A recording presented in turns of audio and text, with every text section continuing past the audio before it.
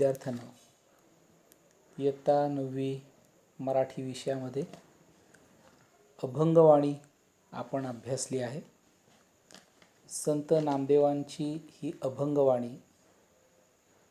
जैसा वृक्ष नेणे या अभंगवाणीचा अर्थ आपण समजून घेतला आणि आपण आता त्या अभंगवाणी यावरती आधारित स्वाध्याय सोडवणार आहोत। सर्व विद्यार्थ्यांनी हा स्वाध्याय व्यवस्थित समजून घ्यायचा आहे। इथे स्वाध्याय प्रत्यक्ष सोडवून दाखवला जाणार नाही, परंतु प्रश्नांची उत्तरे कशी लिहिली पाहिजेत याविषयी मात्र निश्चित मार्गदर्शन केलं जाईल। विद्यार्थ्यांनो, स्वाध्यायामधला प्रश्न पहिला आहे, वृक्ष आणि संत यांच्यातील साम्य लिहून स्वाध्याय पूर्ण करा। आपल्याला इथे एक तक्ता दिसतो आहे, त्यामध्ये वृक्ष आणि संत या दोघांमध्ये कोणतं साम्य आहे हे आपल्याला लिहायचे आहे। वृक्ष आणि संत याच्यामध्ये असलेलं जे साम्य आहे त्याचा अभ्यास आपण केला आहे। वृक्ष कोणताही गर्व, कोणताही मान सन्मान बाळगत नाहीत, त्याचप्रमाणे वृक्ष त्यांच्यावरती कोणी आघात केले तरी ते उलटून कोणतीही प्रतिक्रिया देत नाहीत। वृक्षांना निंदा आणि स्तुती समान असते, अशाच प्रकारे संतांनाही निंदा आणि स्तुती समान असते। वृक्ष आणि संतांमध्ये फरक हा असा आहे की वृक्ष मान सन्मान मानत नाहीत आणि संत निंदा आणि स्तुती मानत नाहीत, कारण या दोन्ही गोष्टी त्यांना एकसारख्याच वाटतात। पुढचा प्रश्न आहे दुसरा, खालील तक्ता पूर्ण करा। इथे तक्ता दिला आहे, वृक्ष, घटना आणि परिणाम।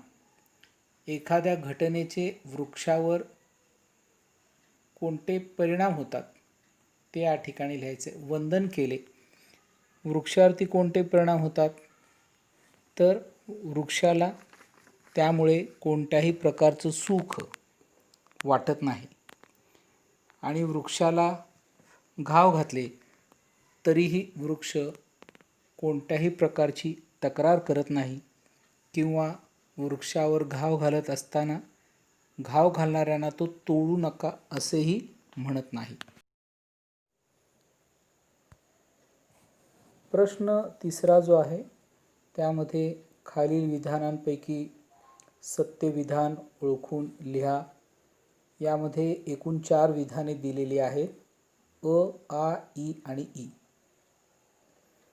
अ हे विधान आहे, संतांचे वर्तन वृक्षाप्रमाणे असते। आ, संतांचे सन्मानाची अपेक्षा असते। ई, संत निंदा स्तुती समान मानत नाहीत आणि ई, संत सुख आणि दुःख समान मानत नाहीत। आपल्याला या 4 विधानांपैकी योग्य विधान जे आहे ते विधान निवडायचं आहे, सत्य विधान इथे निवडायचं आहे। तर यातलं सत्य विधान आहे, संतांचे वर्तन वृक्षाप्रमाणे असते।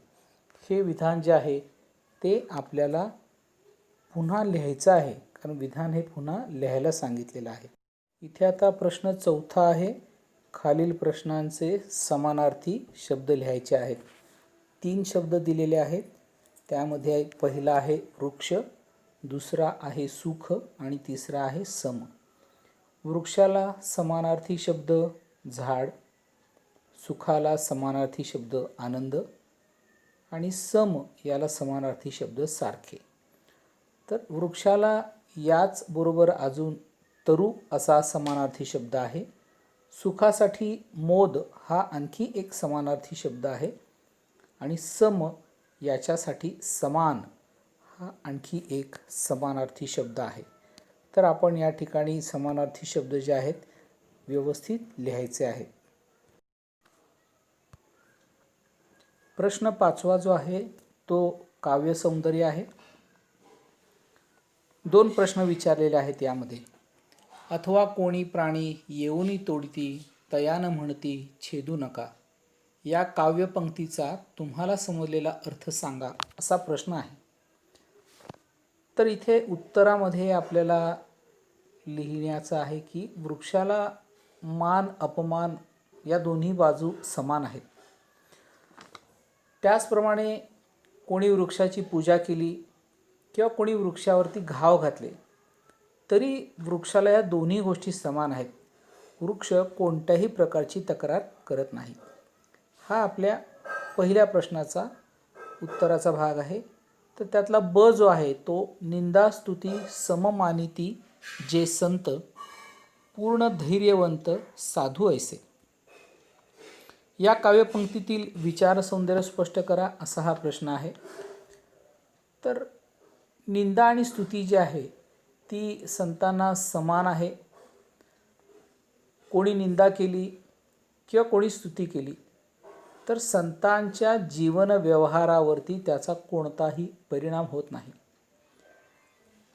स्तुतीने हुरळून जाणे,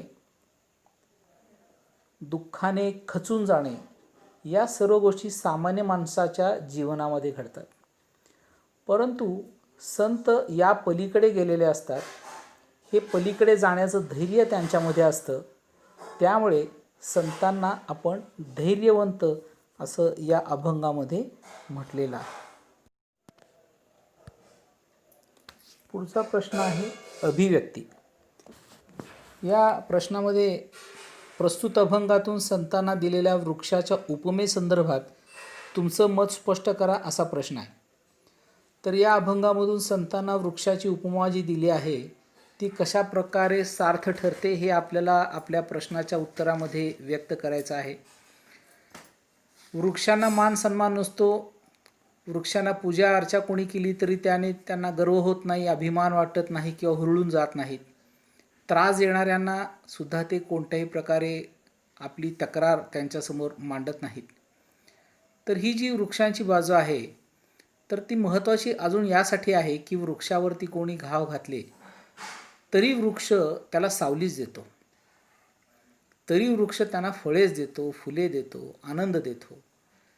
त्याप्रमाणे अभंगातून हा संदेश संत नामदेवांना द्यायचा आहे की ज्याप्रमाणे कोणत्याही परिस्थितीमध्ये ती कितीही प्रतिकूल असली तरी वृक्ष आपल्याला आनंदच देतात. त्याप्रमाणे संतांचं वर्तन असतं. कोणत्याही परिस्थितीमध्ये ते नेहमी आपल्या समवेत असतात आणि आपलं जीवन आनंदी करण्यासाठी ते आपल्याला सहाय्यभूत ठरतात. त्यानंतर आहे की तुम्हाला आवडलेल्या कोणत्याही एखाद्या अभंगाविषयी माहिती लिहा. कितीतरी अभंग तुम्ही ऐकत असाल तर एखादा अभंग जो आहे त्याची रचना व्यवस्थित तुम्ही ऐका. जर ती पुस्तकामध्ये कुठे असेल तर ते शब्द व्यवस्थित वाचा, त्याचा अर्थ समजावून घ्या. कोणती शंका असेल तर जरूर विचारा आणि या अभंगाविषयीची माहिती आपल्याला या प्रकरणामध्ये विचारलेल्या स्वाध्यायाच्या संदर्भामध्ये लिहायची आहे. विद्यार्थ्यांनो, उपक्रमामध्ये आपल्याला एक असा उपक्रम दिला आहे, वृक्षवल्ली आम्हा सोयरी वनचरे. हा अभंग वर्गात वाचून त्यावरती चर्चा करा. तर हा अभंग तुम्ही ऐका. अभंगामध्ये कोणते भाव प्रकट झालेले आहेत ते समजावून घ्या.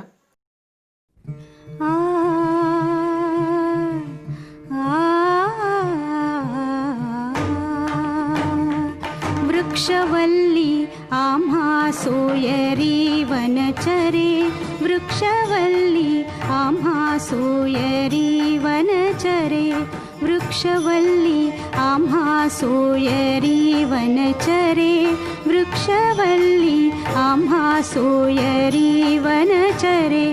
पक्षी सुस्वरे आळविती, वृक्षवल्ली आम्हा सोयरी वनचरे, वृक्षवल्ली आम्हा सोयरी वनचरे. भाषा सौंदर्य यामध्ये आपल्याला विचारलेलं आहे की खाली दिलेल्या कंसातील शब्दांना ते क्रियापदांना इव प्रत्यय जोडून विशेषणे तयार करा व त्यांच्यासाठी समर्पक विशेष्य शोधून लिहा. म्हणजे उदाहरण इथे दिलेलं आहे की आखणेपासून आखीव. मग आखीव हा शब्द व्यवहारामध्ये वापरायचा, आखीव कागद. मग रेखणेपासून काय येईल? रेखीव, रेखीव मूर्ती. त्याप्रमाणे तुम्ही पुढच्या शब्दांचे अशा प्रकारे तक्ता करून लिहा. कोरणे, ऐकणे, घोटणे, राखणे यासारख्या शब्दांचा आपण शोध घ्या आणि आपल्या वहीमध्ये ते व्यवस्थित